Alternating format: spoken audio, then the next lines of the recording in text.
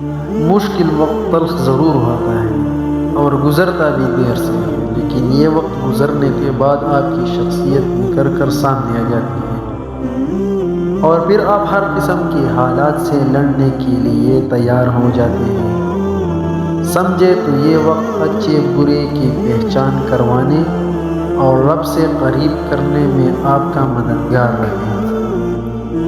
کچھ لوگ آپ کی زندگی سے جانے کے لیے بہانے ڈھونڈ رہے ہوتے ہیں، اور صرف ڈھونڈ نہیں رہے ہوتے بلکہ وجوہات پیدا کرتے ہیں کہ کسی صورت ہم اس سے بگڑے اور وہ بہانہ اور وقت دے کر نکل جائے، اور ایسے لوگوں کی مشکل آسان کر دینی چاہیے انہیں چھوڑنے میں پہلے کر کے، کیونکہ آپ کو چھوڑ جانے کا وہ فیصلہ پہلے ہی کر چکے ہوتے ہیں۔ پھر ایسے لوگوں کو باندھ کر رکھنا ناممکن ہوتا ہے۔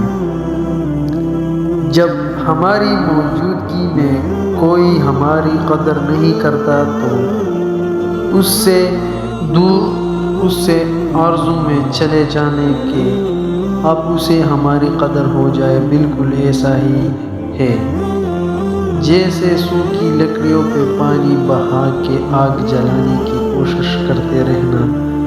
جنہیں احساس نہیں ہوتا انہیں کبھی نہیں ہونا چاہیے۔ آپ 7 سمندر پار چلے جائیں یا زمین میں دفن ہو جائیں، ان کے لیے آپ کا وجود ایسا ہی بے معنی ہے جیسے ایک نابینا کے لیے قوس قزح کی رل۔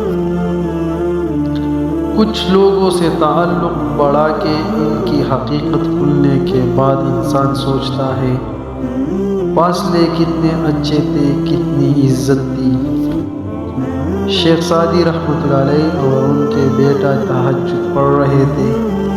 دعا کے بعد بیٹا بولا، بابا جان سب سو رہے ہیں اور ہم عبادت کر رہے ہیں۔ شیخ سعدی نے اپنے بیٹے کو جواب میں کتنی خوبصورت بات کہی، اگر دوسروں کے عیبوں پر نظر رکھنی تھی تو بہتر تھا کہ تو بھی سویا رہتا۔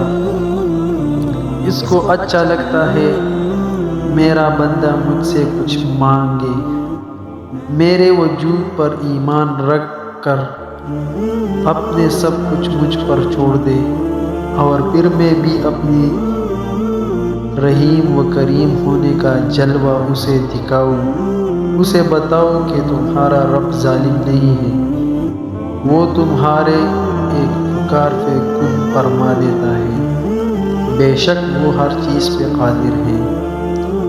بد زبانی، بد کلامی اور فحش گوئی سے آپ نہ صرف اپنے وقار تباہ کرتے ہیں بلکہ ان لوگوں کی بھی توہین کرتے ہیں جنہوں نے آپ کی تربیت کی۔